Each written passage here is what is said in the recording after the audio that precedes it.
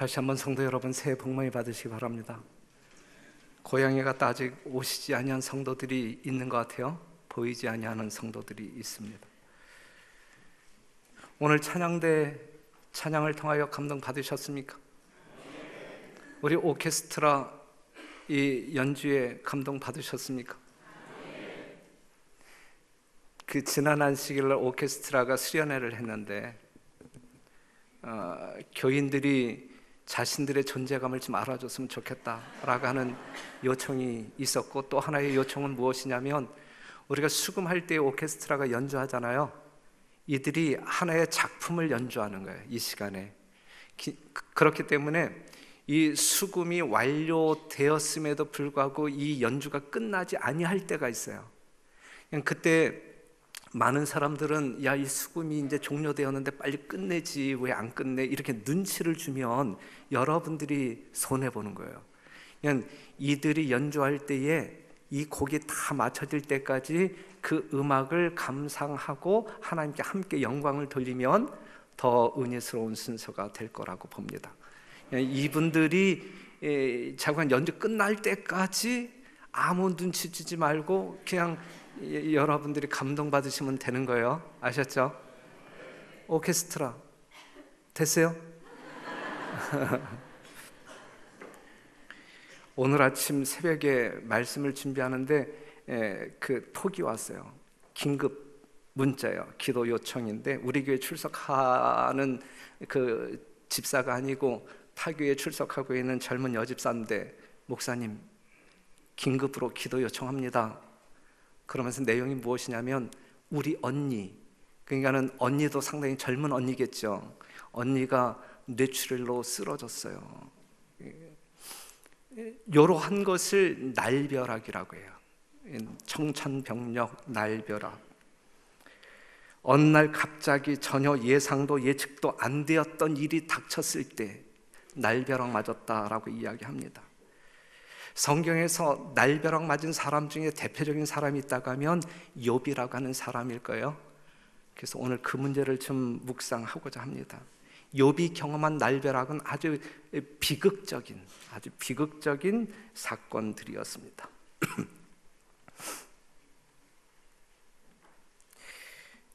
하루는 욥의 자녀들이 그 맏형의 집에서 식물을 먹으며 포도주를 마실 때에, 물론 그 욥은 자기 집에 있었고, 그때에 한 종이 허겁지겁 뛰어 들어오면서 보고하지요. 스바 사람의 공격으로 밭가는 가축들 빼앗기고 종들이 죽었습니다. 그런데 그가 아직 말할 때에 또 다른 종이 들어와서 2차 보고를 하는데 하늘에서 불이 내려와 양들을 다 태워 죽였고 종들을 죽였습니다. 그런데 이 보고가 아직 말할 때에 세 번째 사람이 들어와서 갈대아 사람의 공격으로 낙타들과 종들이 죽었습니다. 아직 말할 때에 큰 바람이 일어나 마다들의 집을 무너뜨림으로 모든 자녀들이 죽었습니다. 이게 한순간에 일어난 사건들이에요. 모든 재산 다 날아갔고 자기가 그토록 사랑하는 자식들이 다 한순간에 죽었습니다. 아내가 하나님을 욕하며 남편에게 온갖 욕과 저주를 내뿜습니다. 욥이 고난과 불행의 소용돌이에 빠졌죠. 이유가 뭘까? 그 이유를 해명하기 위해서 친구들이 늑달같이 달려옵니다. 위로하는 척하면서.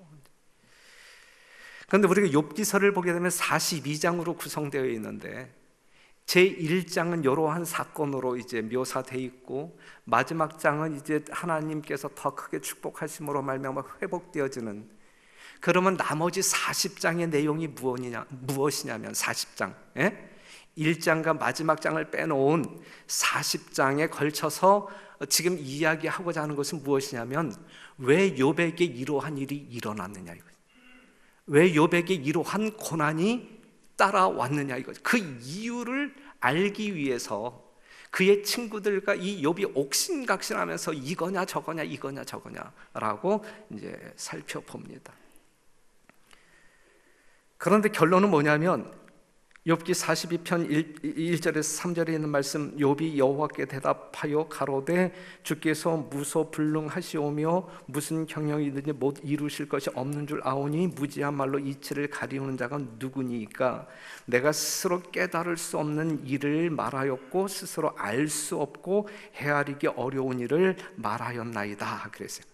결국은 뭐냐면 그 이유가 무엇인지 알고 싶어 했던 욥이었지만 결국은 결론이 뭐냐면 스스로 알 수 없고 헤아리기 어려운 일이었다. 어려운 일.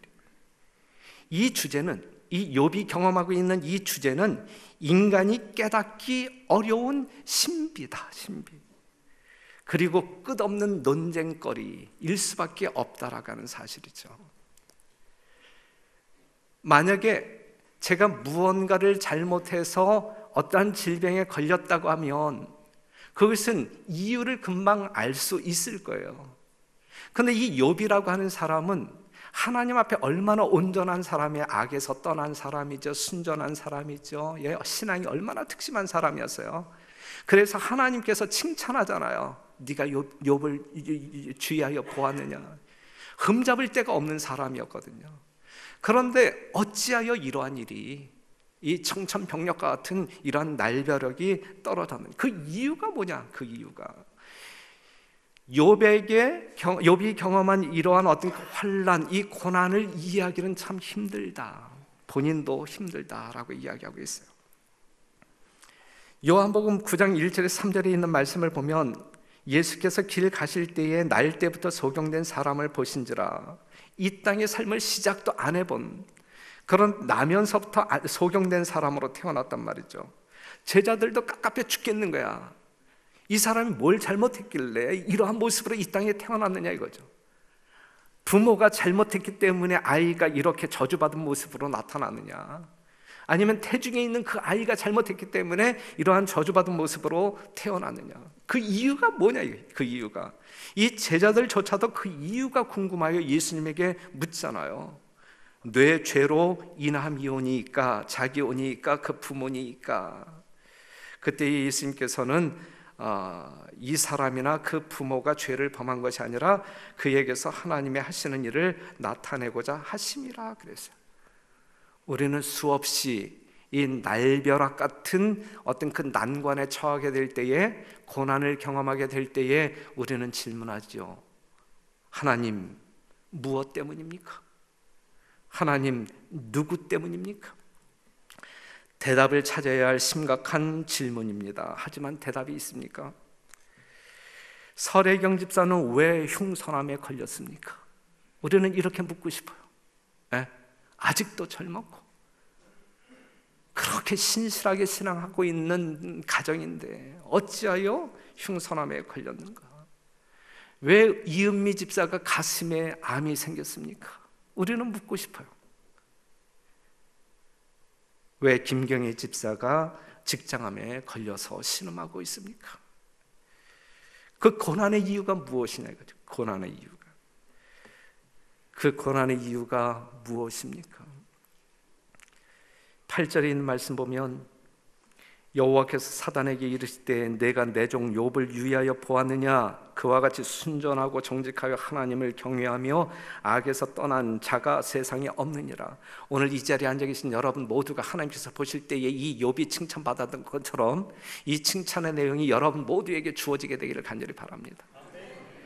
그러면서 9절에 있는 말씀, 사단이 여호와께 대답하여 가로되 욥이 어찌 까닭없이 하나님을 경외하리까? 이 말씀 좀 오늘 좀 주목해 주세요.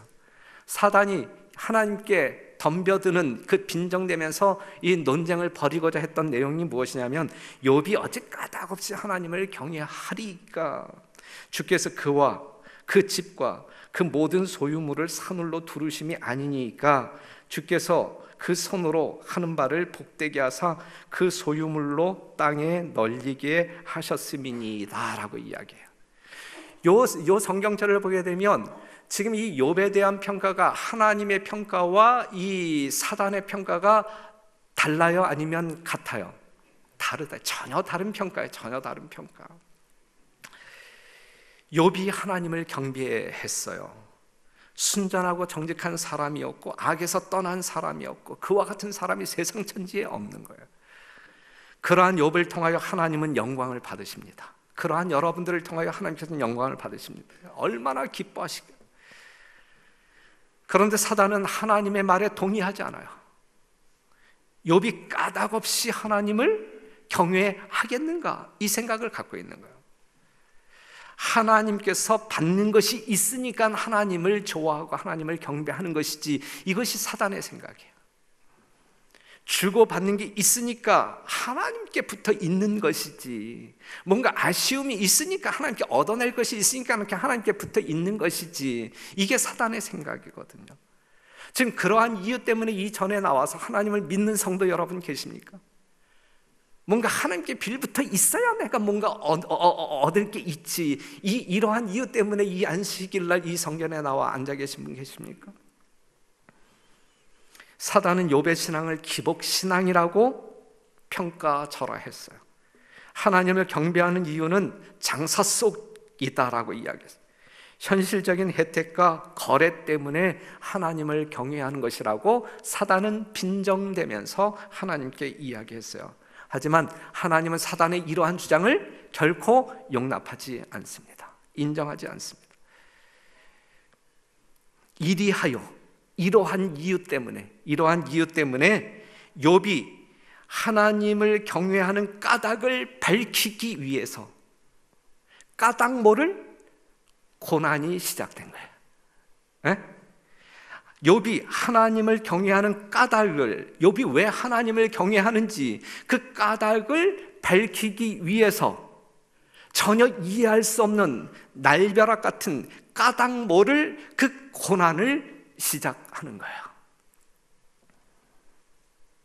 까닭 모를 고통의 배후에 누가 있어요?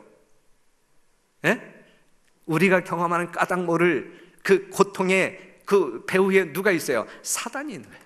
사단이. 이것을 모르는 욥의 친구들은 끈질기게 욥을 괴롭힙니다. 인과응보야, 인과응보, 사필귀정이야. 너 뭘 잘못했는지 겸손한 마음으로 하나님께 고백하고 용서를 빌어. 분명 원인이 있는 거야. 말해봐. 뭘 잘못했니? 이렇게 이야기. 40장을 통해서, 장장 40장을 통해서. 하지만 지금은 그 욥의 고난을 그 사단과 이 친구들은 하나님의 심판으로 돌립니다. 하나님의 탓으로 돌립니다. 심지어 사단은 예수님이 인류의 구속을 위하여 십자가에 죽으신 그 사건, 그 행동까지도 하나님의 심판이라고 하나님께 탓을 돌립니다. 그것이 이사야 53장 4절이에요. 그는 실로 우리의 질고를 지고 우리의 슬픔을 당하였거늘 우리는 생각하기를 그는 징벌을 받아서 하나님에게 맞으며 고난을 당한다 하였노라. 인류의 구속을 위하여 자기 생명을 버리는데 그러한 예수님을 향하여 사단이 하는 이야기는 넌 벌 받아서 십자가에 죽는 거야 라고 이야기하고 있는 거예요. 사단의 논쟁이 이거예요. 사단이 벌이고 있는 이 논쟁의 핵심이 바로 이것입니다. 이러한 말에 미혹당하지 말게 되기를 바라요. 결국 사단이 이렇게 이야기하고 있는 그 종국이 무엇이냐면, 종국이 하나님 욕하고 죽어. 네가 지금 그러한 정말 까닭모를 어떤 그 고난에 빠져 있는 것은 하나님께서 너를 심판하는 거야. 너무 고통스럽지. 그러니까 이 욥의 아내가 욥에게 한 것처럼 그냥 그렇게 잿무덤에 비참하게 앉아서 그냥 북북 긁지 말고 하나님을 욕하고 되져라. 이게 이제 사단이 원하는, 여러분들 하여금 그렇게 이끌고자 하는 이 사단의 아주 못된 의도란 말이죠. 사단은 하나님과 욥의 관계를 거래로 이루어졌다라고 주장하고 있어요. 여러분과 하나님의 관계가 이 거래로 이루어졌다라고 주장하고 있어요. 교회에 오면 재정적인 축복을 받는 거야. 그러니까 교회에 나가야 돼. 하나님을 믿어야 돼. 이러한 거래적인 관계로 지금 끌어나가고 있는 거야.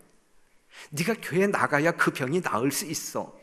네가 하나님을 믿지 않으면 그 병 안 나. 이 거래적인 관계로 이끌어 나가고자 하는 것이 이 사단의 생각이란 말이죠.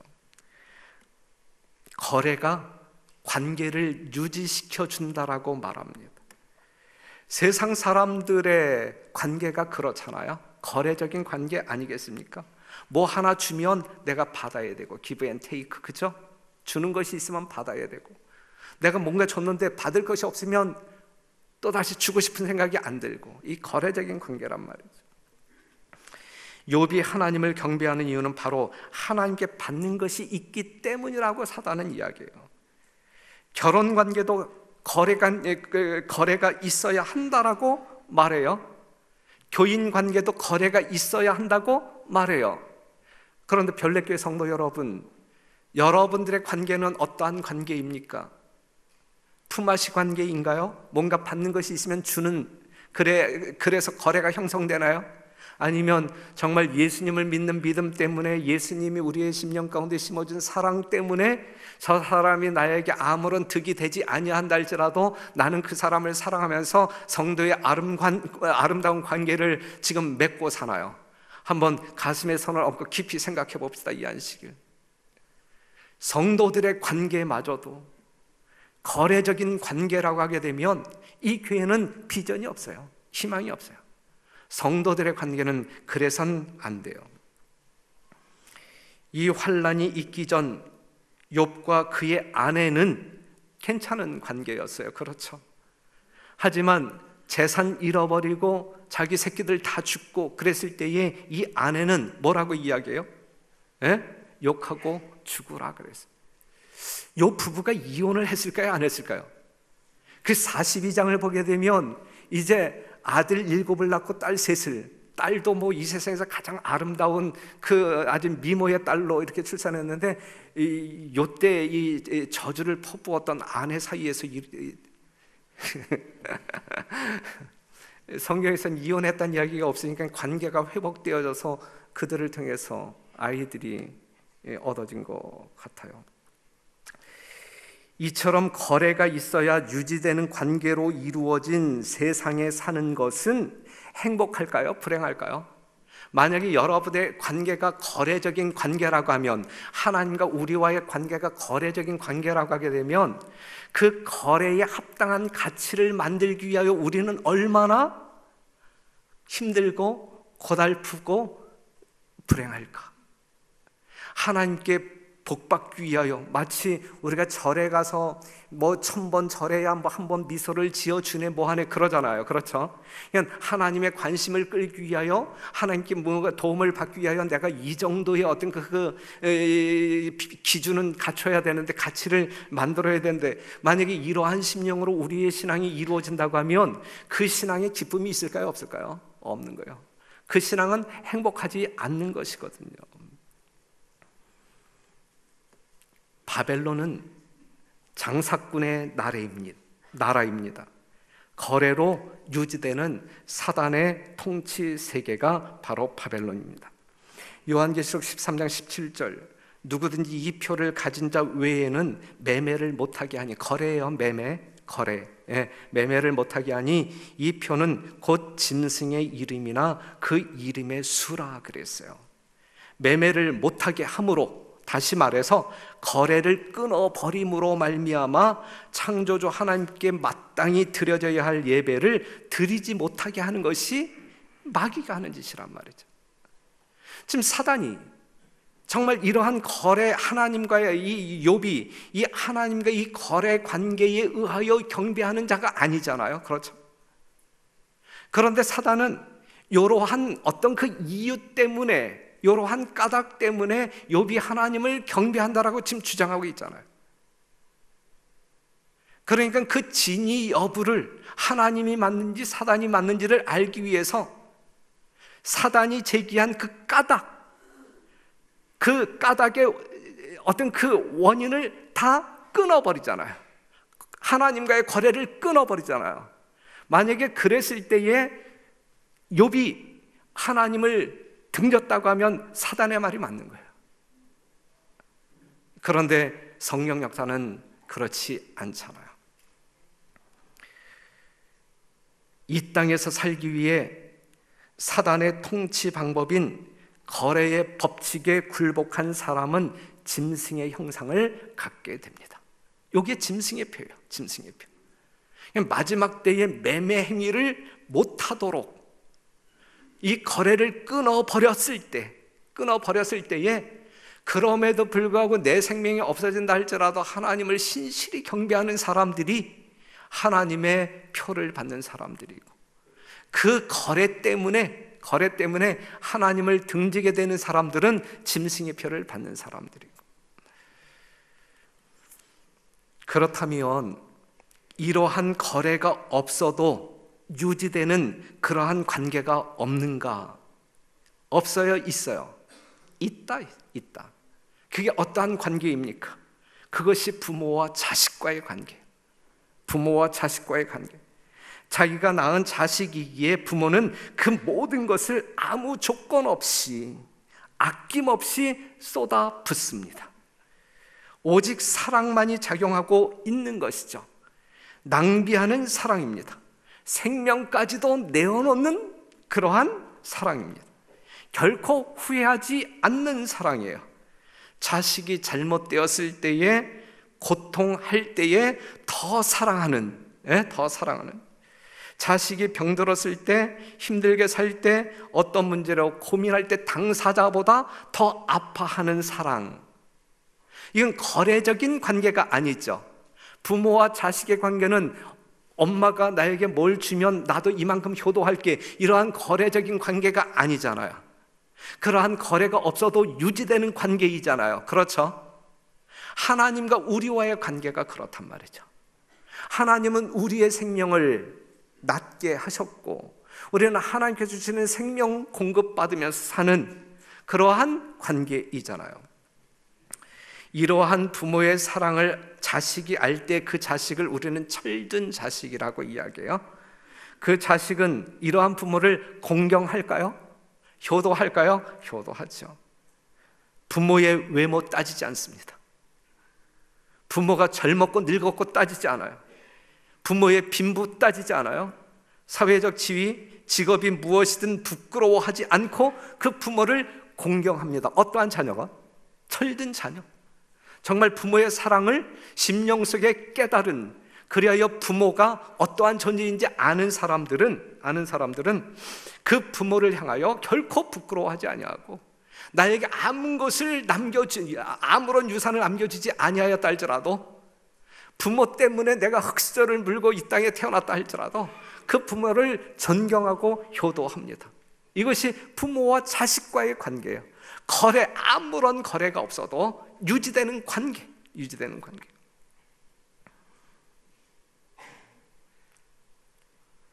여기에 자유가 있을까요?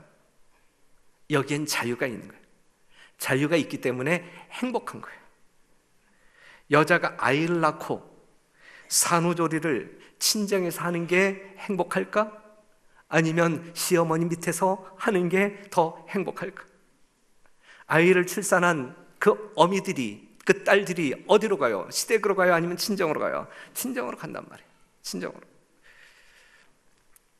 오늘 이 안식일 하나님과 거래하기 위하여 여러분들이 이 성전에 나왔다고 하면 여러분들은 아무 소득 없이 돌아가시게 될 거예요. 아무런 안식을 누리지 못할 거예요. 왜냐하면 거래 조건을 갖추기 위해 여러분이 해야 할 부담이 있기 때문에 그렇습니다. 생명을 주신 부모와 그 생명을 받은 자식 사이에는 아무런 거래가 없어도 유지되는 관계입니다. 맞죠? 네. 이것이 사랑의 신비입니다. 거기에는 행복만이 있어요. 이것이 창조주와 피조물의 관계입니다. 이것이 안식일입니다. 이것이 세상을 유지시키는 생명의 법칙입니다. 동물의 왕국을 보세요. 맹수들도 그렇고 아무리 미물이라 할지라도 부모와 자식의 관계가 어떠한지, 그렇기 때문에 종족이 보존되는 거예요. 이게 사랑의 신비예요.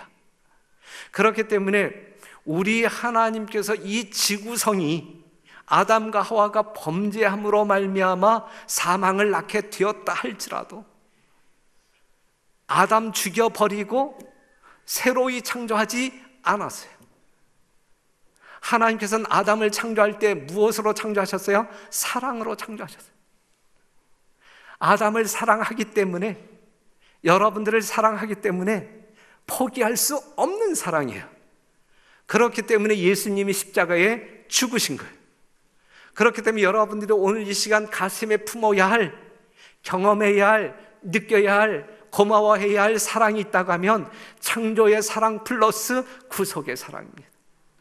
여러분들을 창조하실 때에 얼마한 사랑을 가지고 우리 하나님께서 여러분들을 만드셨습니까?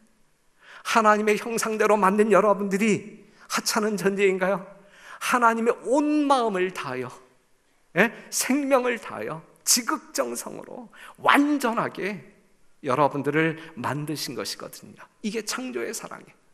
그런데 사람의 잘못으로 말미암아 죽게 되었을 때에 그 사람들을 이처럼 사랑하시기 때문에 포기할 수 없어서 대신 죽으심으로 말미암아 오늘 여러분들을 이 자리에 있게 하신 것이거든요.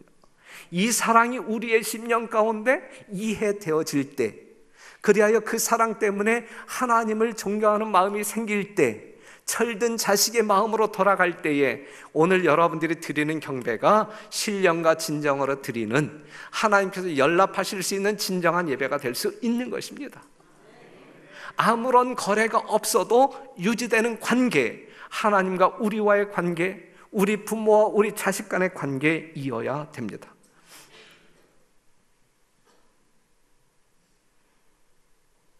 하나님과 우리 사이에, 부모와 우리 사이에 아무런 거래가 없어요. 오직 무엇만이 존재하는 거예요? 오직 사랑만이. 그렇기 때문에 사랑이 율법의 완성입니다. 우리를 완성시킵니다. 우리를 잃어버린 하나님의 형상을 되찾게 하는 것이 오직 하나님의 사랑입니다. 그 사랑을 감각할 때 모든 것이 종결되어지는 것입니다.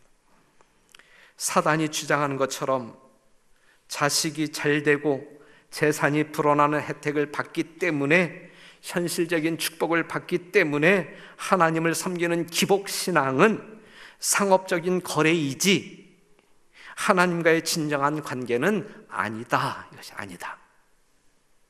그렇기 때문에 오늘 여러분들의 신앙관을 다시 한번 생각하고 재정립하게 되시길 간절히 바랍니다.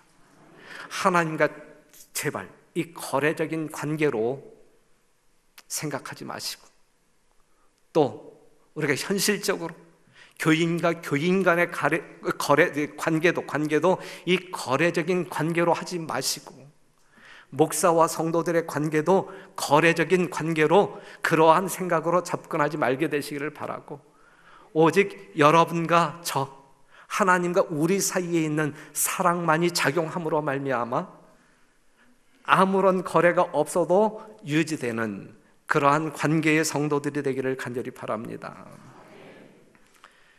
보라, 여호와의 크고 두려운 날이 이르기 전에 내가 선지 엘리야를 너희에게 보내리니 그가 아비의 마음을 자녀에게로 돌이키게 하고 자녀들의 마음을 그들의 아비에게로 돌이키게 하리라. 돌이키지 아니하면 두렵건대 내가 와서 저주로 그 땅을 칠까 하노라 하시니라 그랬어요. 하나님께서 마지막 예수님 재림 전에 엘리야를 보내신다. 보내시는 이유가 뭐냐? 아비의 마음을 자식에게로, 자식의 마음을 부모의 마음에게로 돌이키게 하기 위하여 오신다, 보낸다. 이 이야기가 뭐냐 이거? 아무런 거래가 없어도 유지되어지는 관계, 그러한 관계, 그러한 예배를 회복하기 위하여 엘리야가 존재한단 말이죠. 하나님께서 엘리야를 보내시는 이유가 뭐냐 이거? 아비의 마음, 자식의 마음을 회복시켜 묶어주기 위한 거란 말이죠. 오늘날 많은 사람들이 죄로 인하여 변질되었기 때문에 부모와 자식 간의 관계도 거래적인 관계로 아주 변질되었거든요. 이 잘못된 관계를 온전히 진짜 거래가 없어도 유지되는 관계로 회복시키기 위하여 마지막 선지자 엘리야가 필요한 것이고, 여러분들이 이 마지막 시대에 엘리야로서, 이 시대적인 사명을 가지고 사는 엘리야로서 먼저 하나님과 우리와의 관계가 온전히 회복되어지고 우리의 자식들과 우리의 관계가 온전히 회복되어지는 가운데 그 사명을 감당해야 할 것입니다. 세 천사의 기별을 보게 되면 그가 큰 음성으로 가로되 하나님을 두려워하며 그에게 영광을 돌리라. 이는 그의 심판하실 시간이 이르렀음이니 하늘과 땅과 바다와 물들의 근원을 만드신 이를 경배하라 하더라. 그랬거든요. 심판할 시간이 이르러 왔단 말이죠. 세상 끝이 다 왔단 말이죠. 그렇기 때문에 신앙을 제대로 하란 이야기거든요. 첫째 천사의 기별이 하나님을 바로 믿고 경배하란 이야기거든요. 이게 뭐냐고요? 이게 뭐냐고요? 하나님과 나 사이에 아무런 거래가 없다 할지라도 하나님을 온전히 경배하는 이 욥의 신앙을 가져라, 이것이거든요. 욥에게 임한 고난의 이유가 무엇이냐? 욥이 하나님을 경배하는 이유를 알기 위해서 일시적으로 욥에게 그러한 고난이 허락된 것이다 라고 하는 사실, 심판이 이르러 왔다, 이걸. 그 심판은 무엇을 확인하기 위함이냐, 이거. 첫째 천사의 기별을 보게 되면 심판하실 시간이 이르렀다, 하나님을 경외하라 라고 이야기하는데, 그 심판을 통하여 하나님께서는 무엇을 확인하고 싶어 하느냐, 이거.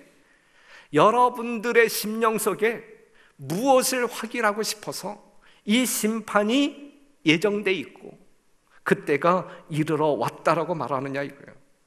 여러분들이 하나님을 경배하는 이유가 무엇이냐, 이거예요. 하나님을 경배하는 이유가 하나님께서 무언가를 주었기 때문에 이 거래적인 관계 속에서 하나님을 경배하는 것이냐, 아니면 하나님께서 여러분들에게 베푸시는 사랑, 어떤 그 정말 아무런 거래가 없을지라도 하나님을 결코 등질 수 없는, 끊을래야 끊을 수 없는 그러한 관계를 가지고 신령과 진정으로 하나님을 경배하는 사람이냐, 이것을 확인하기 위하여 심판이 있는 것이다. 그래서 아버지께서 참으로 예배하는 자들은 신령과 진정으로 예배할 때가 오나니 곧 이때라. 아버지께서는 이렇게 자기에게 예배하는 자들을 찾으시느니라 그랬어요. 사단은 여러분들이 하나님을 경배하는 이유가 하나님께서 이것도 주고 저것도 주고 보호해 주고 이제 하니까, 그게 아니잖아요. 그게 아니라고 여러분들이 대답할 수 있어야 되는 거잖아요. 그렇죠?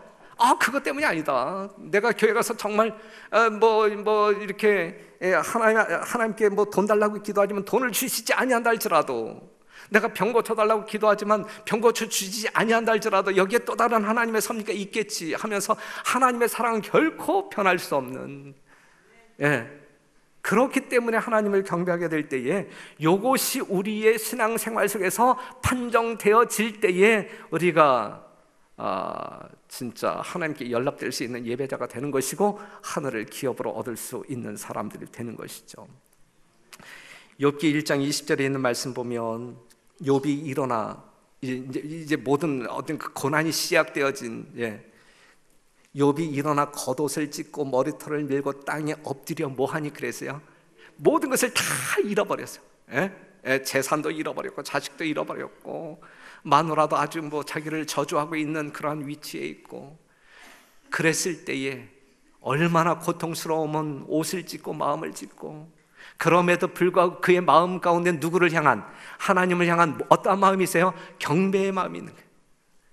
불만의 마음이 아닌 하나님을 진정으로 경외하는 경외의 마음이 있는 것이거든요. 이러한 마음이 오늘 우리들의 마음 가운데 있느냐, 이거예요. 여러분들의 마음 가운데 이러한 마음이 있느냐, 이거예요. 다니엘서 3장 1절에서 또 5절 6절에 있는 말씀을 보게 되면 금신상 만들잖아요.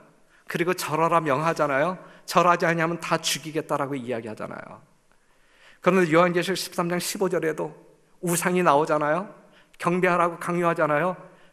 경배하지 아니하는 자는 몇이든지 다 죽이게 하더라 그랬어요. 자, 느부갓네살 왕 당시 다니엘과 그의 세 친구들이 살았을 적에도 이 두라 평지에 금신상이 세워졌고 그 금신상에게 절하도록 강요되어졌고, 이 마지막 시대를 살아가고 있는 여러분들 앞에도 뭐가 세워질 것임에 틀림이 없어요. 신상이 세워질 것임에 틀림이 없다. 똑같은 요구를 받을 것이다. 예? 신상에게 절하도록 요구를 받을 것이다. 무엇을 걸고? 예? 목숨을 걸고. 이때에 하나님의 남은 백성들은 어떠한 태도를, 어떠한 신앙을 나타내느냐 이것이. 다 같이 한번 읽어봐요. 시작. 사드락과 메삭과 아벳느고가 왕에게 대답하여 가로되 느부갓네살이여, 우리가 이 일에 대하여 왕에게 대답할 것이 필요가 없나이다. 만일 그럴 것이면 왕이여, 우리가 섬기는 우리 하나님이 우리를 극렬히 타는 풀무 가운데서 능히 건져내시겠고 왕의 손에서도 건져내시리이다. 그리 아니하실지라도 왕이여, 우리가 왕의 신들을 섬기지도 아니하고 왕의 세우신 금신상에게 절하지 아니할 줄을 아옵소서. 우리에게 어떠한 믿음이 필요하냐 이거. 내가 풀무불 속에 들어간다 할지라도 우리 하나님이 그 극렬히 타는 풀무불 가운데 나를 건져 주실 것이다 에 대한 믿음이 있어야 합니까? 우리에게 당연히 있어야 되죠.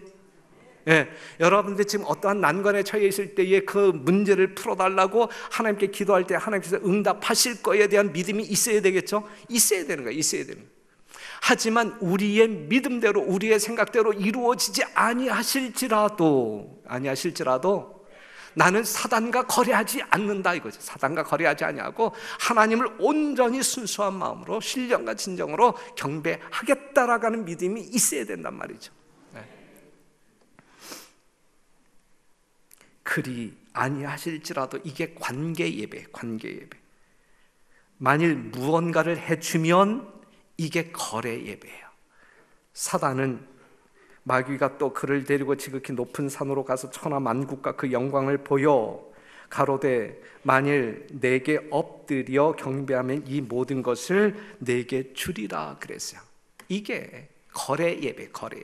이게 사단이 여러분들을 미혹하는 예배의 내용이 되겠습니다. 그렇다고 하면 성도 여러분, 나는 하나님을 왜 경배하는가? 여러분들은 하나님을 왜 경배하는가? 이제 아시겠죠? 예, 여러분들 심령 가운데 그러한 이유가 있어야 돼요. 분명한 이유. 예? 까닭 없이 별내교회 성도들이 하나님을 경외하는 줄 아십니까? 예. 사단이 그렇게 이야기할 때에 우리는 사단이 말하는 그러한 까닭이 없다 할지라도, 그러한 거래 내용이 없다 할지라도, 그러한 것을 받지 못한다 할지라도 하나님이 나를 사랑하는 것만큼은 분명히 알고 하나님께서 나를 생명으로 인도하신다라고 하는 사실을 분명히 알고 그 하나님을 등지지 아니하는 신령한 여러분들이 되기를 간절히 바랍니다. 비록 무화과 나무가 무성치 못하며 포도나무에 열매가 없으며 감람나무에 소출이 없으며 밭에 식물이 없으며 우리의 양이 없으며 외양간에 소가 없을지라도 나는 여호와를 인하여 즐거워하며 나의 구원의 하나님을 인하여 기뻐하리로다. 이게 신앙이에요. 이게 관계 예배예요. 주 여호와는 나의 힘이시라. 나의 발을 사슴과 같게 하사 나로 나의 높은 곳에 다니게 하시리로다. 이 노래는 영장을 위하여 내 수금에 맞춘 것이니라 그랬어요. 여러분 모두가 하박국 3장에 나와 있는 이 선지자의 신앙처럼 정말 성숙한 신앙으로 여러분들의 삶을 이끌어 나아가게 되기를 간절히 바랍니다. 안교 시간에도 시 한 수 읽어드렸지만 이 시간에 또 시 하나 소개하겠습니다. 나의 하나님, 나는 당신을 사랑합니다. 하늘에 가도록 해주시기 때문이 아니고 지옥에 가지 않도록 해주시기 때문이 아닙니다. 오 나의 예수님, 십자가 위에서 날 안아주시고 나의 죄 위에 못 박히시고 창에 찔리어 많은 고난을 보셨습니다. 질고와 슬픔 무한히 겪으시고 고뇌의 피와 땀 흘리시며 영원한 죽음까지 당신을 반역한 날 위에 당하셨습니다. 오 복되신 나의 주님 그리스도시여, 나 어찌 주님을 사랑하지 않겠습니까? 하늘을 가기 위해서가 아닙니다. 지옥을 피하기 위해서가 아닙니다. 무슨 이득을 보려거나 상을 바라기 때문이 아닙니다. 오 사랑의 주님, 당신께서 친히 나를 사랑하시는 연고랍니다. 그러므로 나는 당신을 사랑합니다. 사랑하렵니다. 찬양하렵니다. 당신은 나의 사랑의 하나님, 나의 영원하신 주님이시기 때문입니다. 하나님과 여러분들의 관계가 거래로 유지되는 관계가 아닌, 아무런 거래가 없을지라도 오직 이러한 사랑으로 말미암아 창조주의 사랑, 구속주의 사랑 때문에 관계가 유지되어지는, 그리하여 여러분들의 삶 가운데 신령과 진정한 예배가 하나님께 온전히 드려지게 되기를 간절히 바라고, 당부의 말씀이 있다고 하면 별내교회를 드나드는 모든 성도 여러분들이시여, 여러분들 주변에 있는 성도들과 관계를 맺어 나아갈 때 제발 타산적인, 계산적인, 품앗이적인 그러한 관계가 아닌 그리스도의 사랑이 너와 내 마음 가운데 있기 때문에 서로를 위하여 돌보고 아름다운 관계 유지하면서 예수님의 사랑을 증거하는 일에 최선의 노력을 경주하다가 우리 주님 이 땅에 오실 때에 즐겁게 맞이하는 여러분과 제가 되기를 간절히 바라면서 말씀을 마치겠습니다.